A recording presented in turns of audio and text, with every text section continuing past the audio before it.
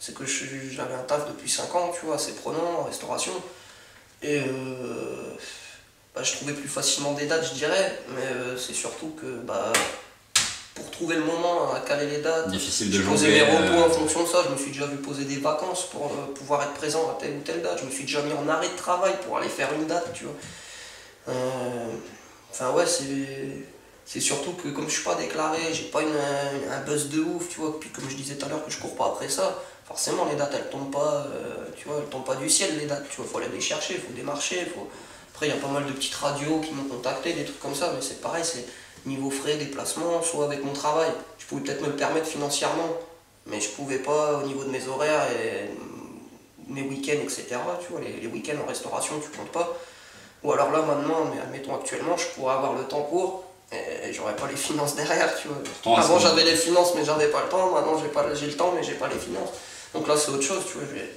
Pourtant, à ce moment-là, tu avais entre guillemets ce qu'on appelle un certain buzz, je sais que tu n'aimes pas trop forcément le mot, par rapport au projet que tu avais sorti, le prix de Nopen, qui était quand même sur plusieurs supports légaux de téléchargement. Ça n'a pas aidé derrière tout ça à créer plus d'engouement en tout cas, ou plus de possibilités? Comme ça tourne un peu ouais, sur les trucs, sur les plateformes légales, téléchargement MP3, ouais, genre Deezer, Virgin, Fnac.com, etc. Bah, ça je le dois à les Indé Records, je le cite au passage du coup, l'Oscar Puero, le poteau, qui en fait s'intéressait plus ou moins à ce que je faisais, ou à une oreille qui lui parlait sur ce que je faisais, et du coup moi petit artiste indépendant, pas déclaré, pas nani, pas nanan, du coup il m'a facilité un peu cet accès là par rapport aux plateformes légales. Après bon, je fais pas des milliers et des cents de ventes, je suis pas tous les jours sur internet à faire vas-y achète mon disque ou achète mon titre ou nanan, tu vois. Après en plus c'est des projets ironiquement parlant que j'avais balancé sur des liens illégaux. Je l'avais fait moi-même parce qu'à la base le projet je voulais le sortir gratuit, la couche de plus était sortie gratuite oui, j'ai pas dans un premier vrai. temps. Et j'ai fait un support, on va dire, j'avais gravé les scuds moi-même, et genre en Arvalo, la première année, j'étais venu avec une pile de 100 CD, j'en donnais partout à tous les gens, tiens c'est gratuit, vas-y t'écouteras, t'inquiète, nanana, tu vois, en mode démarche. Ouais. Et après en fait il est sorti donc sur plateforme légale ce projet, et j'ai fait pareil pour le prix de Nopen, en fait le prix de Nopen, je l'ai sorti gratuitement en téléchargement, puis je suis passé sur des supports légaux. Puis je l'ai fait artisanalement avec le boîtier, etc. J'ai fait 100 exemplaires que j'ai écoulés assez rapidement, quoi, avec les concerts, les potes, l'entourage, tout le monde voulait au moins un scud avec le truc, tu vois. Après j'aurais peut-être dû en faire plus, mais bon, selon les moyens, puis bon, du coup ça fait un peu le côté prestige, édition limitée, on va dire. Après le projet, les gens ils le veulent, ils peuvent le trouver facilement, quoi. Tu tapes mon blaze sur Google, avec le nom du projet, la couche de plus ou le prix de Nopen, tu tombes tu tombes dessus assez facilement. Ah, il paraît que les Japonais te connaissent même aussi. Non mais tu sais ça c'est des tags sur YouTube, hein. Tu mets un tag sur YouTube, je sais pas quoi, ton son il est vendu au Japon, sur les plateformes légales, je suis avec le Blast Guilty, je suis téléchargé en Amérique, je suis peut-être vendu plus en Amérique que vendu en France. Bizarrement, j'espère que les gars sont pas déçus, mais bon il y a des petites collabs qui se préparent quand même, petites connexions, Pologne, Amérique. Ça peut être vraiment sympa ça, ouais. Au Brésil aussi, j'ai un petit morceau qui se prépare. Non, c'est cool. C'est cool. C'est peut-être grâce à ces plateformes-là, j'en sais rien. Bon, après, c'est pas des. Il y a peut-être un vrai bénéfice derrière. Mais c'est des bons petits. J'ai kiffé les sonorités, donc j'ai bossé. C'est du coup de cœur. L'avenir est incertain. Non, musicalement parlant, je prépare un projet que j'ai déjà annoncé depuis quelques temps à feu doux. Donc peut-être le côté par rapport à la cuisine, quoi. Où j'ai déjà la plupart des titres écrits, j'en ai enregistré un dernièrement parce que la plupart des morceaux, moi j'ai toujours fonctionné comme ça quand je fais des lives en fait, en général je teste un peu le projet, je vais finir, je le joue en live en fait. Et donc il y a déjà quelques morceaux que les gens connaissent peut-être comme Qu'est-ce qu'il y a, ou des trucs comme ça qui apparaîtront sur ce projet là en fait. Après il y a quelques invités en fait légers parce que c'est pas que je veux pas avoir de featuring ou quoi, mais plus j'avance, plus je veux m'affirmer un peu plus sur certains points. Et des projets un peu plus perso. Ouais, voilà, quoi. Admettons, la couche de plus, il y avait 3, 4, 5 featuring, plus un freestyle où on était une dizaine dessus. Le prix de Nopen, il y avait peut-être que 2 ou 3 featuring maximum et pas de freestyle, tu vois. Et là, le prochain projet, il n'y a pas de featuring, voire 1 ou 2, et c'est pas encore dit. Et sinon, il y a un bon freestyle, j'ai bossé sur une prod de poteau de Belgique. où il y a des invités, j'en dis pas plus, quoi. Les gens savent, les gars, les gars se reconnaîtront. Les gars se reconnaîtront. Et voilà, quoi, tranquille, quoi.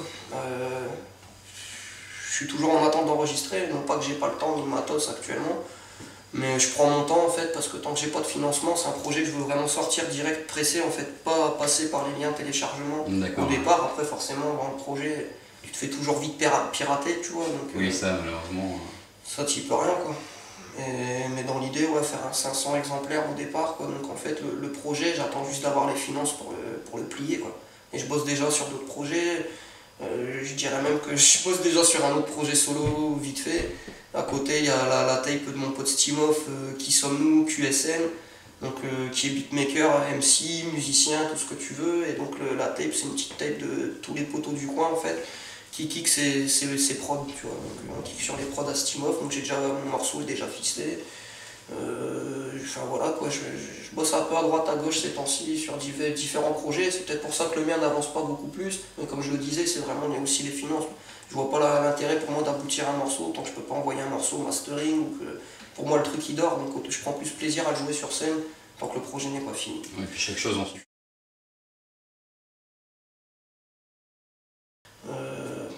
Partie de rien dans le sens où on a mis nos financements, nos couilles sur la table comme on a pu, avec pas grand chose. L'association, là, le statut arrive d'ici septembre, un truc comme ça, on démarche les subventions, on essaye de trouver des salles et de faire fonctionner donc des initiations graffiti, écriture, on a plein de cordes à nos arcs en fait, on va dire. Donc on démarche là-dessus, c'est surtout pour, comme je disais tout à l'heure, j'ai pas mal dépensé plus à perte ou quoi que ce soit dans la musique. Là l'idée c'est qu'on se structure vis-à-vis de l'association, donc qu'on fasse prendre plaisir à des gens, aux adhérents, qu'on puisse faire des ateliers, découvrir vraiment et partager de façon positive notre culture, tu vois, et dans l'intérêt de tout le monde plus ou moins, tu vois, parce que vaut mieux qu'un gamin découvre certaines choses via l'abord d'un atelier parfois plutôt qu'autre chose. Tout à fait, effectivement. Ça dépend des angles, ça dépend des angles. Moi j'ai pas eu besoin de tout ça pour débuter, quoi, mais ça, et puis ouais, tout ce qui est pareil, si on peut être amené à tourner ou à produire, tu vois, une fois qu'on s'est autofinancé, on arrive à se faire une économie là-dessus, on peut refinancer des projets qui refinancent une économie, réinjecter, voilà, et ça met pas la tête. On sent le côté un peu réseau fraternel quelque part. Voilà. Donc voilà, j'avance dans ce sens. Qui se rejoint, où effectivement. Oui, l'avenir pour moi il est là-dessus. Il est là sur le côté partage, on le voit beaucoup, et puis on te connaît aussi beaucoup pour le rap, mais il y a le graphe, il y a le roller, il y a ton univers aussi. Le côté hip-hop, moi j'y suis venu vraiment par rapport au roller, quoi. Si je faisais pas de roller, j'aurais peut-être pas écouté de hip-hop. Après, bon, il y a mes cousins qui m'ont fait connaître à l'époque. Je suis pas de la génération où t'avais les gros freestyle, Clash, Nami Nana sur Skyrock. D'ailleurs, j'ai jamais trop écouté la radio. Je préfère avoir un support sûr, l'écouter en boucle et me défouler dessus, plutôt que découvrir ce que les gars t'annoncent. C'est facile, c'est la bonne pub. Je préfère les gars qui triment, qui nana, et quand t'écoutes le projet, tu te fais waouh, putain, le gars il t'a mis une tarte, tu vois.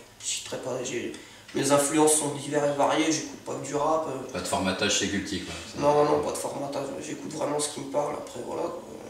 Je suis pas varié, je suis pas nana. Si, Paul Naref. Non, éclectique. Paul Naref, des moments bien barrés, tu vois.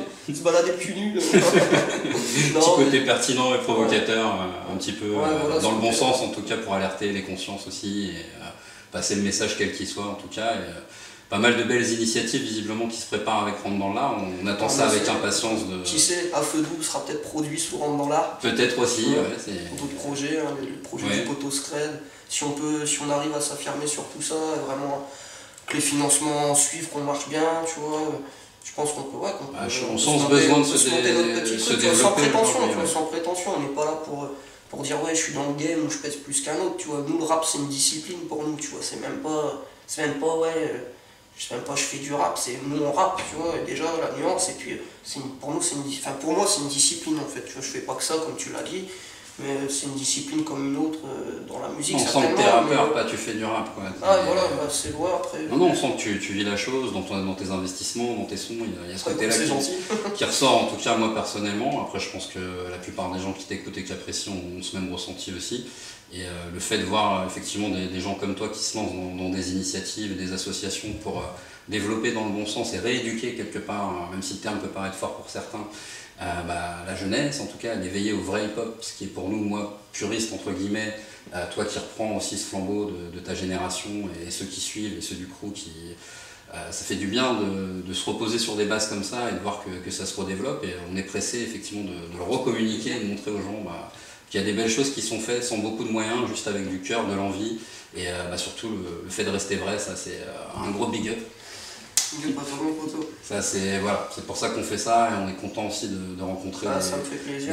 on dit artistes, même si certains ont d'autres problèmes avec ce mot-là. À partir du moment où les gens créent, font quelque chose, il y a cette démarche-là qui est là, c'est plus dans ce sens-là, pas artiste de ce qu'on peut voir aujourd'hui, qu'on veut nous formater, c'est un peu aussi pour ça qu'on fait ça, pour montrer qu'il y a une vraie alternative. Et aujourd'hui on sait qu'elle est là, en tout cas sur Abbeville, avec Rentre dans l'art, donc on va suivre ça activement. Et, ça fait plaisir. J'espère que vous allez suivre aussi très activement. On se recroisera très rapidement.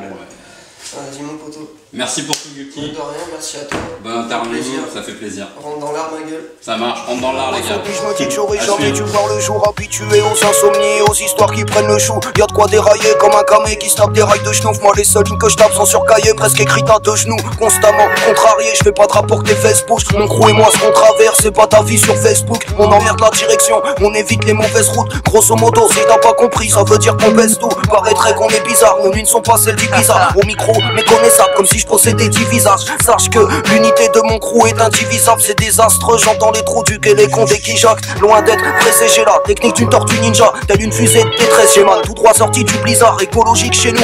On est branché plantes médicinales, outre mes propos logiques. Je suis bon qu'à rapper des syllabes, c'est bien ça. Et je m'entends pote si t'apprécies pas d'une façon ou d'une autre. Je laisse ma trace et ça c'est le principal. J'étanche ma soif de demain avant que je me déshydrate. Et pour ce qui est de ma faim, au bout du compte c'est Dieu qui décidera. Bref je kick, revers coup droit façon Steffi Graf. Frappe éternise mon image, ça je me dis que c'est pas si grave. C'est quoi ce type? Écoute mon peura, viens pas de la capitale. Dans le milieu je suis comme un oiseau rare chaussé d'une paire d'Adidas. Je suis spicard, qui n'y va pas de façon délicate. Inexplicable, c'est dans le nord et chaque soir on trinque au Ricard. Je suis du genre à rapper même sur un air d'harmonie.